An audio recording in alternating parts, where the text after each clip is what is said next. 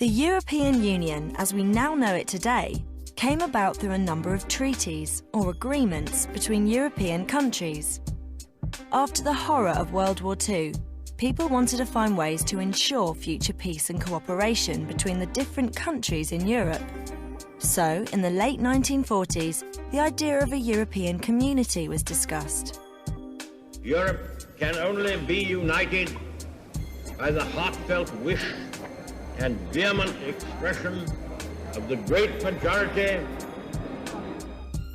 Then, in 1951, the first union was formed between 6 countries: Belgium, the Netherlands, Luxembourg, Italy, France, and West Germany. They agreed to work together on production of coal and steel, materials that were essential for rebuilding military forces. They felt that by working together, it would help avoid any more wars between the countries.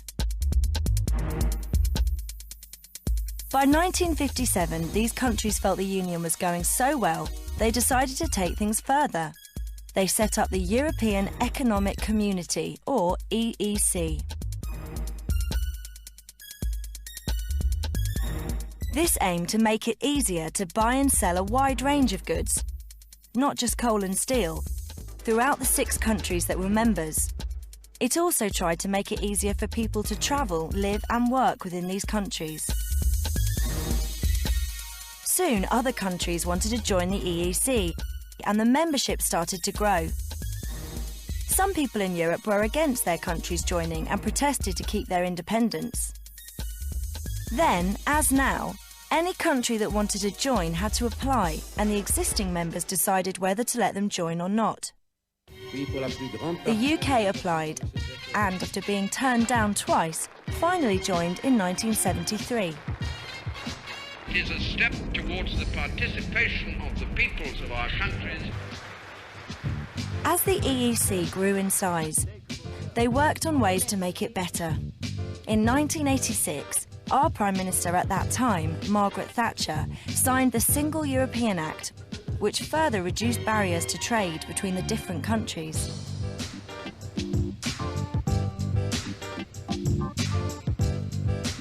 However, not everyone was in agreement with the UK's close relationship with the European community.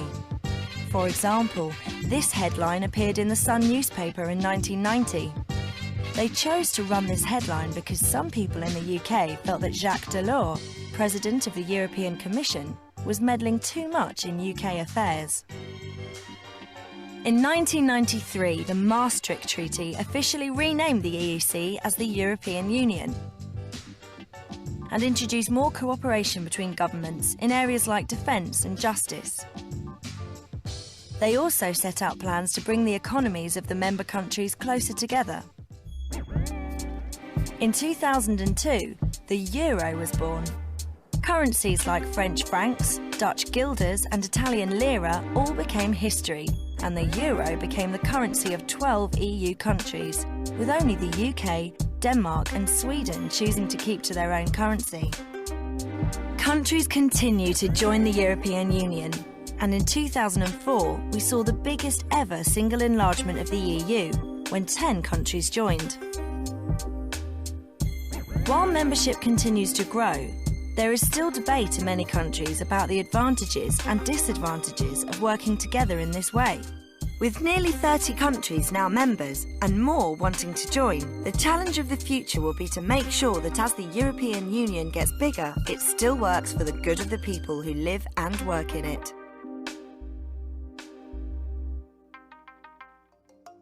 Britain and the European Union may be in for a messy divorce. Britain's exit, or Brexit, from one of the world's most powerful trading blocs will happen if Brits vote to leave in a national referendum on June 23rd. Polls show the Brexit vote could go either way. So here's how we got to this situation.